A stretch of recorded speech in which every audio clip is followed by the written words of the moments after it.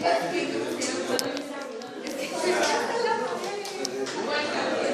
clase de hoy es pequeña, ¿sí? Dura como media hora.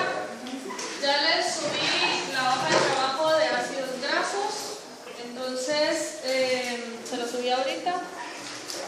Esa hoja de trabajo es para hacerla en clase, ¿sí? Entonces en la siguiente media hora, si quieren, pueden empezarla a hacer, ¿sí? Les voy a dejar la siguiente media hora de la clase para que empiecen a trabajar en esa hoja. ¿Leyeron los artículos que les subí? ¿Ya los empezaron a ver? Están cortitos, hay uno de 4 páginas, hay otro de 3 páginas, el más largo tiene como 6, 7 páginas, ¿sí? Son 3 y vamos a trabajar un artículo cada día de esta semana. Mañana hacemos la revisión del primer artículo, ¿sí? El miércoles hacemos la del siguiente y el jueves haríamos la otra, ¿sí? Al menos si quieren hacer todos un día, 3 un día o que se las deje de tarea. Y bueno, solo venimos leídos. ¿Solo venimos qué? Leídos. Tienen que venir leídos, ¿sí? Y hacerla aquí. Entonces yo aquí les subo las preguntas, se las proyecto o se las subo a la tarea y ustedes empiezan a trabajar, ¿sí? La cosa es por si van teniendo alguna duda con el artículo y la resolvemos en clase, ¿sí? La hoja de trabajo me la tendrían que traer, o sea, la empiezan a trabajar hoy, me la entregarían el jueves a más tardar, ¿sí? No les puse fecha de entrega porque en teoría es para que la hagan aquí en clase. Entonces, en teoría, ¿se recuerdan que les dije que tal vez el jueves no recibimos clases? ¿Sí? Entonces, en lugar de hacer la hoja de trabajo en clase, les voy a dar esta media hora de la clase de hoy y se las dejo de tarea, ¿sí? Así si tienen alguna duda, pues podemos resolver en estos días que vamos a estar viendo lo de los artículos, ¿sí? Entonces, solo son 4 incisos. Ya hablamos de todo eso, lo que les dejé en la hoja en clase, solo es para que lo hagan, ¿sí? Lo que vamos a ver hoy es la oxidación de ácidos grasos de cadena impar. ¿Qué tiene o qué no tiene un ácido graso de cadena impar versus uno de cadena par?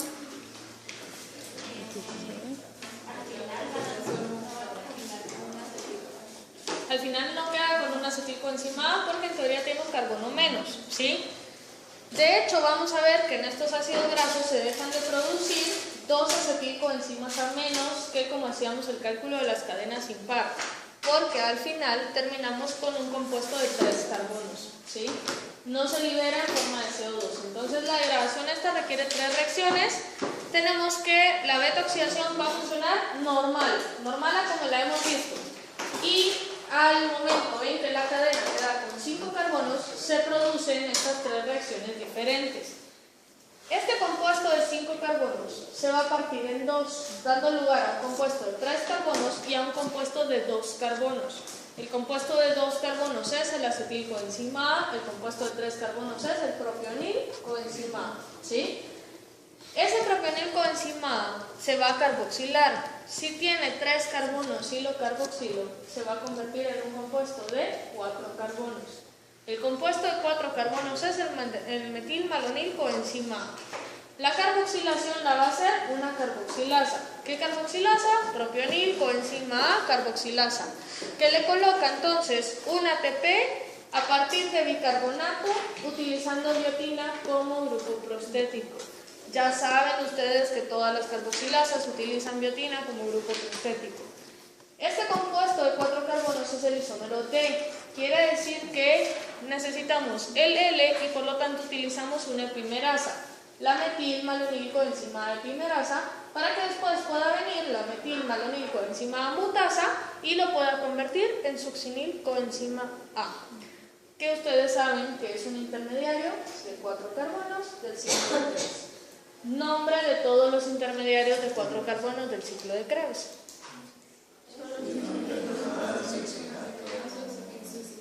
Ese es de 5. Succinilcoenzima A, succinato, fumarato, malato y oxalacetato, ¿sí? Quiere decir que este succinilcoenzima A muy fácilmente puede venir y entrar al ciclo de Krebs. Si entra al ciclo de Krebs, ¿cuál va a ser la producción energética? A ver, aquí el succinilcoenzima A, ¿qué paso de Krebs entra? Al paso 5. Y el paso 5 de Krebs es la única reacción que es una fosforilación a nivel del sustrato. Quiere decir que están separando en esta parte de CRES, se produce un GTP, por lo tanto, un FADH y un NADH. Producción global de moléculas de ATP. ¿Cuántos? ¿Cinco? Global. 5, porque es un NADH 2.5, un FADH 1.5 y un GTP 1. ¿Sí? Son 5 ATPs. ¿Cuál fue la producción, la inversión energética acá?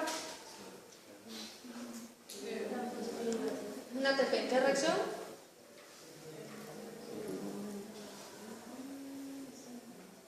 No, o sea, estoy hablando de todo el propionil, no solo de CRES. En la carboxilación utilizamos un ATP. ¿Lo ven ahí? ¿Sí? Ese ATP se lo restamos entonces y la producción neta ahora sí sería ¿de cuánto? De 4 carbonos. De 4 ATPs, perdón. La regulación va a consistir, decíamos, en base a separar la síntesis y la degradación, que eran los dos destinos que podía sufrir un ácido graso en el hígado principalmente, ¿sí? Entonces acá decimos, la regulación está principalmente a nivel del ingreso al hígado. ¿Cómo se llamaba la puerta de entrada de los ácidos grasos a la mitocondria? La lanzadera de la carnitina, que utilizaba dos enzimas, una adentro y una afuera. ¿Cómo se llamaban las enzimas?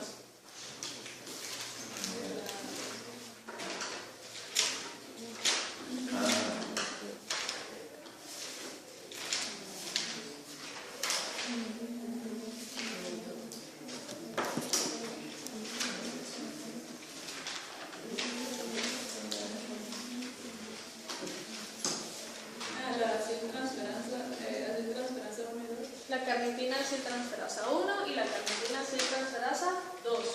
¿Cuál de las dos es la que está del lado del espacio intermembrana? La 1, ¿sí? Entonces prácticamente concentraciones de malonil coenzima A van a inhibir a la aciltransferasa número 1 en el lado del espacio intermembrana. ¿En dónde participaba el malonil coenzima A? ¿En qué ruta metabólica?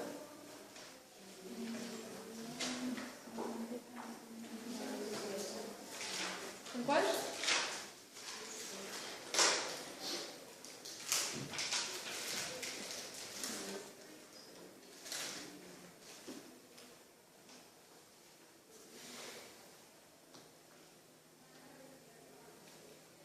¿No? ¿Nadie? Bueno, lo buscan entonces. Porque así, ¿sí? Lo revisan entonces. Luego tenemos la concentración de NADH y NAD, que si habla de un cociente o una relación elevada va a inhibir a la beta-hidroxiacil coenzima A deshidrogenasa, que es una enzima de qué ruta metabólica.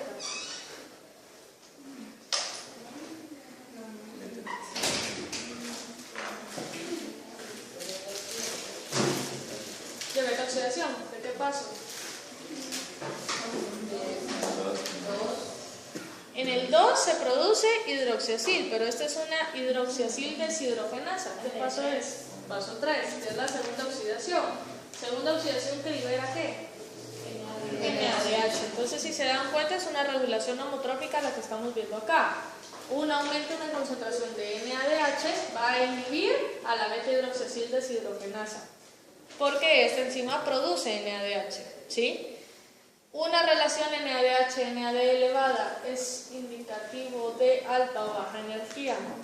Alta. Quiere decir que vamos a parar la beta-oxidación porque la beta-oxidación es producción de energía. ¿Entienden? Lo mismo pasa con la concentración de acetilcoenzima A, que lo que hace es inhibir a la tiolasa. ¿Quién era la tiolasa? El hierro de la oxidación, ¿sí? La que rompía con el grupo tiol de una coenzima A para producir acetilcoenzima A. ¿Qué pasó? 4. Quiere decir que también es una regulación homotrópica. La concentración de acetilcoenzima A, decíamos, era también indicador de un alto nivel energético, ¿sí? Bueno, entonces, la concentración de malonil coenzima A realmente es la clave en la regulación. Ya habíamos hablado de eso cuando vimos la lanzadera de la carnitina. Porque mientras se inhibe se va a inhibir la degradación cuando la síntesis de ácidos grasos esté estimulada, ¿sí? Bueno, este es el resumen o lo que deben de tomar en cuenta al momento de hacer la hoja de trabajo. considerar los NADH, FADH, ATPs y moléculas de agua, si fuera el caso, que se producen y que se consumen para dar un rendimiento neto. Deben saberlo por ruta metabólica. ¿Cuántos produce Krebs? ¿Cuántos produce beta-oxidación? ¿Cuánto la PDH? ¿Cuánto los carbohidratos? ¿Cuánto la conversión de glucólisis o del glicerol como ruta alimentadora de glucólisis? ¿Sí? Lo saben por ruta metabólica. Luego específicamente por vuelta de beta-oxidación. Luego, ¿qué variaciones hay si la cadena es monoinsaturada o poliinsaturada? Luego, ¿qué cambia si la cadena es impar? Luego, si entra ciclo de Krebs en forma de propionil, o sea, succinil-CoA, o en forma de acetil-CoA. Y si se oxida o no por fosforilación oxidativa. Quiere decir que aquí hacemos la referencia o la diferenciación en cuanto al lenguaje. Si hablamos de una fosforilación completa a CO2 y agua, estamos hablando de que pasó por Krebs porque se produjo CO2 y pasó a fosforilación oxidativa porque se produjo agua, ¿sí? Quiere decir que si es una oxidación completa, la respuesta va a ir toda traducida en moléculas de ATP, porque en fosforilación oxidativa NADH y FADH son convertidos a ATP. Si hablamos de oxidación solo en beta-oxidación, la respuesta entonces iría en forma de NADH y FADH. Si hablamos de una oxidación hasta Krebs, la respuesta va en NADH, FADH y GTPs o ATP según corresponda. ¿Estamos bien? Entonces el lenguaje aquí es importante. Esto de acá es como la forma abreviada o el atajo, digamos, para hacer el cálculo de cuántas moléculas de ATP puede producir un ácido graso, ¿sí? Si se aprenden esto, sepan lo que no les sirve para contestar un examen, porque en el examen yo les pido procedimiento. Si me lo contestan de esta forma, tienen 0 por no poner procedimiento. Quiere decir que esto les puede servir como para verificar la respuesta únicamente, para que ustedes estén seguros que lo que están haciendo está bien. ¿Estamos claros? Va. Si el ácido graso es de cadena par, ya decíamos que la cantidad de acetilcoenzimas A era el número dividido 2, ¿sí? Y la producción de NADH y FADH será ese número dividido 2 menos 1. A eso le restan 2 ATPs por activación. Todos los demás pueden hacer el cálculo como que fuera saturado, considerando los siguientes aspectos. Si es monoinsaturado, se le restan 3.5 ATPs, que serían los 2 por activación y 1 por el FADH que se deja de producir por la actividad de la isomerasa. Si es poliinsaturado, se restan los 2 por activación, el FADH de la primera insaturación y los demás enlaces considerar la actividad de la enzima para ver si se resta o no el FADH. Si actúa reductasa, saben que no se resta FADH, si actúa solo isomerasa, se resta FADH, ¿sí? Considerar si la cadena es impar porque se restan los 2 ATPs por la activación, 1 ATP por la carboxilación del propionil y los 2 NADHs que Krebs deja de producir en los pasos 3 y 4 que son los que se salta el propionil, ¿sí? Si se les pide la oxidación de un triglicérido, saber que tienen que tomar, si es el mismo ácido graso, esa producción energética por 3, asumiendo que fuera el mismo ácido graso. Si son diferentes ácidos grasos, se suma el rendimiento de cada ácido graso, más el rendimiento energético del glicerol. Ya habíamos calculado el rendimiento energético del glicerol, ¿se acuerdan cuánto era?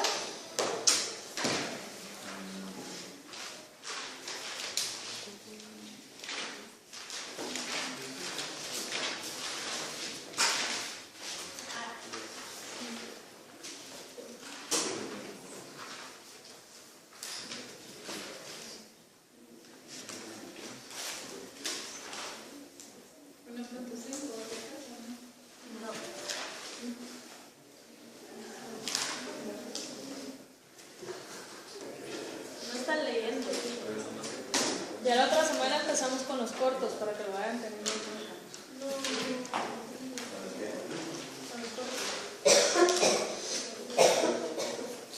¿Cuánto produció el glicerol? ¿No lo apuntaron? Bueno, el glicerol entonces recordarles que lo que hacía era producir aproximadamente el 5% de energía, pero que era un dato empírico, ya lo habíamos hablado, que entraba como ruta alimentadora de glicólisis como glicerol de iodo 3-fosfato, que el glicerol de iodo 3-fosfato era convertido a piruvato vía glicólisis, que esto era convertido a acetilcoenzima A vía PDH, y que el acetilcoenzima A entraba a Krebs y luego fosforilación oxidativa para producir un total global de 19.5 ATPs, un rendimiento neto de 18.5 ATPs. ¿Sí? Ese dato, otra vez, únicamente es teórico para corroborar respuesta. Si les digo deje indicado el rendimiento energético del glicerol, tienen que detallar cada una de las partes. ¿Sí? PDH produce tanto, Krebs produce tanto, tanto y tanto, que todo esto luego de fosforilación llegó a producir tanto. ¿Sí? Entonces otra vez es solo para corroborar respuesta. Bueno, luego vamos con producción de cuerpos cetónicos. Esto ya lo vieron en correlación, así que va a ser relativamente rápido. ¿Cuál es la función de un cuerpo cetónico dentro del organismo? Producir energía. Y eso es bien importante porque muchas veces vienen con la idea, no sé por qué, de que los cuerpos cetónicos son un producto de desecho. ¿Sí? Los cuerpos cetónicos tienen una función dentro del cuerpo y la función es producir energía. La diferencia es que son tan solubles que aparecen muy fácilmente en sangre y en orina, y por eso a veces creen que son productos de desecho. ¿Cuáles son los nombres de los tres cuerpos cetónicos? Acetoacetato. ¿Acetato no? Acetoacetato sí. Acetón. Beta-hidroxibutirato, que también lo pueden encontrar como 3-hidroxibutirato, y la acetona. ¿Qué diferencia tiene la acetona versus los otros dos cuerpos cetónicos? Estructuralmente hablando.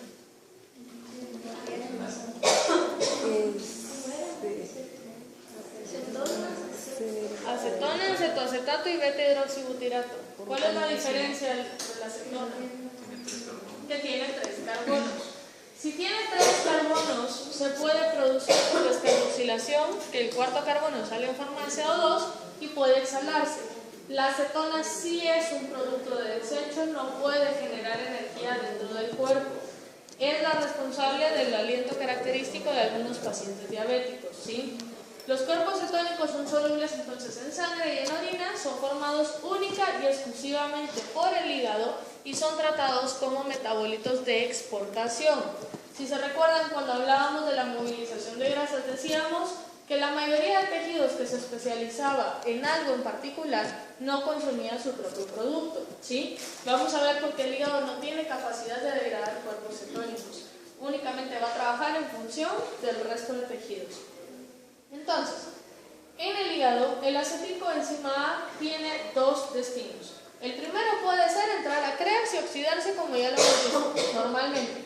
Y el segundo va a ser la producción de cuerpos cetónicos para darle energía a tejidos extrahepáticos.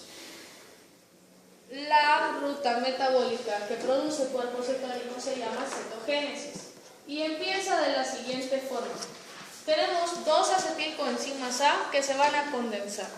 La enzima que los condensa, o sea, que los pega, es la tiolasa.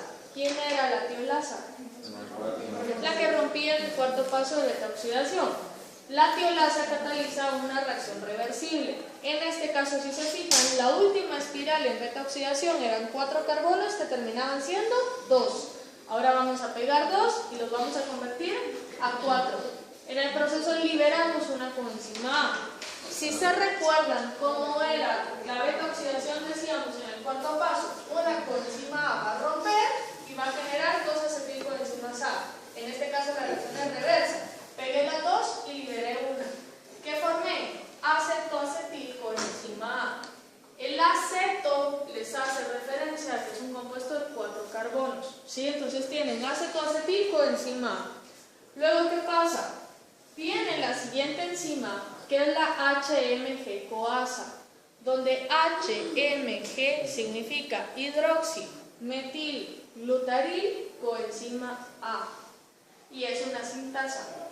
El hidroximetilglutaril coenzima A es el único intermediario de 6 carbonos que tiene el proceso de cetogénesis. Solo son 6 carbonos. Si el acetoacetil tenía 4, ¿qué le pego al acetoacetil para convertirlo a HMG? un tercer grupo acetil, ¿sí? Que en este caso sería un tercer coenzima. Entonces, si se fijan, el esquema este me gusta porque tiene un código de colores. Entró un acetil coenzima rosado y uno negro, que eran los que estaban acá. Ahora entra uno azul, el azul queda acá y si se fijan sale la coenzima de quien acaba de entrar. En la siguiente reacción, si esta era la HMG-CoA sintasa, esta es la HMG-CoA liasa. Lo va a romper. ¿Qué está liberando? Un acetilcoenzima A. ¿Qué acetilcoenzima A libera? El primero que se pega. ¿Sí lo ven? El negro. ¿Qué no tiene este acetoacetato? ¿Qué tienen el resto de intermediarios? Una coenzima A. Quiere decir que el hígado dice, ok, yo mando la energía en forma de carbonos, yo cedo mis carbonos para que alguien más los utilice, pero mis coenzimas se quedan aquí, ¿sí? Mis coenzimas se quedan aquí porque si no yo ya no puedo seguir trabajando. Entonces en este caso lo que quiero que vean es que yo estoy regenerando un poco de energía de la inversión que hice, o sea, de 3 que utilizo, únicamente estoy empleando 2 netos, son 4 carbonos los que yo estoy mandando. Se forma entonces el acetoacetato, que es el primer cuerpo cetónico. Este acetoacetato le va a dar origen a los otros 2 cuerpos cetónicos, que son la acetona o el beta-hidroxibutirato. La reacción puede estar desplazada hacia cualquiera según los equilibrios. ¿Qué diferencia tiene la conversión de acetona versus la de beta-hidroxibutirato? ¿Qué tiene de diferente el desplazamiento de la reacción? Una reversible y la otra no. ¿Sí lo ven? Quiere decir que si el equilibrio se desplaza hacia la formación de acetona, decíamos la acetona es un cuerpo cetónico que no produce energía, es un desecho, quiere decir que va a ser liberada, ¿sí? Si se produce, esa sería la descarboxilación del acetato. Nombre de la enzima, acetato de descarboxilasa, ¿sí? Siguiente enzima sería beta-hidroxibutirato deshidrogenasa, porque el acetoacetato produce beta-hidroxibutirato al momento en que este se reduce. El nombre de la enzima tiene sentido cuando consideran la reacción reversa, ¿sí? La vamos a ver ahorita, en un rato sería entonces el beta-hidroxibutirato deshidrogenándose para producir NADH, ¿sí?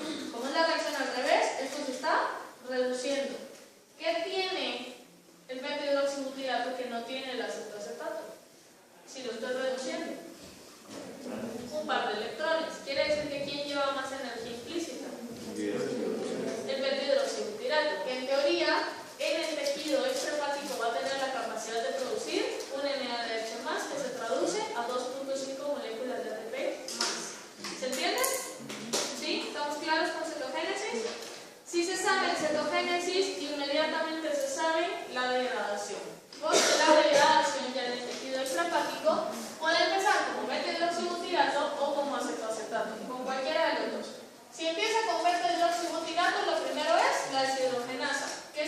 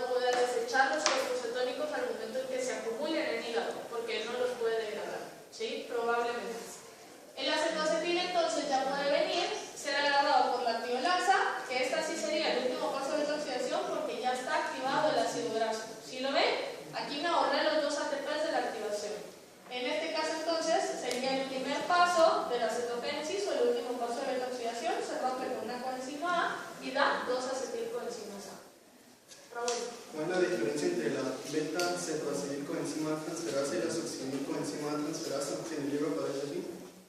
Succinilcoenzima transferasa versus esta. Es la misma. Es la misma enzima, ¿sí? Pero tiene dos nombres. Dos nombres y es mejor conocida como teoforasa. ¿Sí? Entonces, para fines prácticos la vamos a llamar teoforasa. Aquí les puse el hígado que es el teoforasa. ¿Sí? Bueno, este sería el resumen de las dos rutas integradas. Les puede servir para cuando hagan el mapa metabólico de degradación de cuerpos cetónicos. El resumen sería acá: movilización de ácidos grasos entran a retroxidación, eso estaría muy bien en su mapa. La condensación de los dos acetilcoenzimas A para formar acetoacetil, HMG-CoA, que era el único de 6 carbonos. Luego lo agarra la liasa y produce cetoacetato, que puede producir acetona o beta-hidroxibutirato, también conocido como 3-hidroxibutirato. Cualquiera de los dos puede funcionar como producto de exportación, donde en el tejido extrahepático es la reacción reversa de esta, ¿sí? Se produce cetoacetato, luego ciclo de Krebs con el succinilcoenzima A produce la activación por la CoA transferasa, que también es la misma que vimos anterior. Este es un cuarto nombre de la enzima, ¿sí? Esta es la teoforasa. Se produce cetoacetil, que luego la teolasa puede producir dos acetilcoenzimas A que pueden entrar al ciclo de Krebs con la condensación de oxaloacetal, ¿sí? Mapas metabólicos tenemos el de beta oxidación, que les recomiendo hacer un triglicérido que tenga ácido graso, el mismo para los tres, de cadena impar poliinsaturado, porque así abarcan todo lo que vimos en la degradación de ácidos grasos, ¿sí? ¿Sí se entiende? Quiere decir que tendrían que agarrar entonces la formación de propionil, la actividad de la isomerasa, la actividad de la reductasa y la degradación de glicerol en el mapa metabólico. Este es un mapa. Tengo triglicéridos impar poliinsaturado. O sea, los ácidos grasos del triglicérido, ¿sí? De preferencia que sea el mismo ácido graso, porque si me ponen tres diferentes son tres degradaciones distintas, ¿sí? ¿Estamos claros con eso? El segundo mapa metabólico sería la síntesis y degradación de cuerpos cetónicos. La fecha de la entrega de los mapas metabólicos se las pongo la otra semana, porque esta semana estamos cargados de trabajo, ¿sí? Entonces no los quiero saturar más de trabajo. Pero que sepan que los tienen que hacer y que la otra semana vamos a ver síntesis de grasas y que eso va a ser un tercer mapa, ¿sí? Entonces para que se vayan organizando poco a poco. ¿Estamos bien con eso? Este es otro esquema. La diferencia de este esquema es que ya incluye las vías de excreción por ser moléculas solubles, ¿sí? No por ser moléculas de desecho, excepto la acetona, ¿sí? Bueno. En la diabetes, la célula entonces está en condiciones hipoglicémicas constantes. Eso entonces va a darle al hígado una señal de que la célula está deficiente de energía. Por lo tanto, se va a dar una activación de gluconeogénesis a partir de los intermediarios de Krebs, primer rodeo metabólico, etc. Cuando las reservas de glucógeno empiecen a ser insuficientes, se empieza a almacenar o se empieza como a apartar el glucógeno para que la glucosa sea captada por el cerebro, porque el cerebro solo puede utilizar glucosa como fuente de energía. Quiere decir que el resto de tejidos se empieza a utilizar cuerpos cetónicos como fuente primaria de energía, ¿sí? En algunos casos el cerebro también puede utilizar cuerpos cetónicos cuando la deficiencia de glucosa es muy alta, ¿sí? Las concentraciones de malonilcoenzima A se van a mantener bajas en el hígado, por lo tanto no se favorece la síntesis y se va a favorecer la degradación de cuerpos cetónicos. ¿Para qué? De la degradación, de ácidos grasos. Si hay degradación de ácidos grasos, hay más producción de acetilcoenzima A, que como el nivel es de eficiencia de energía, se va a transformar en cuerpos cetónicos para que los otros tejidos puedan seguir obteniendo energía, ¿sí? La oxidación de Krebs se va a hacer más lenta, se empieza a acumular el acetilcoenzima A y esta acumulación lo va a desplazar a la síntesis entonces de cuerpos cetónicos. La producción y exportación de cuerpos cetónicos libera la coenzima A, que si se recuerdan decíamos el hígado se queda con sus coenzimas A porque únicamente exporta los 4 carbonos. Eso provee energía y permite seguir con la beta-oxidación. Si nos quedáramos con todo, si enviáramos este compuesto con las coenzimas A, la coenzima A se convertiría en el factor limitante de la reacción, ¿sí? Entonces detendría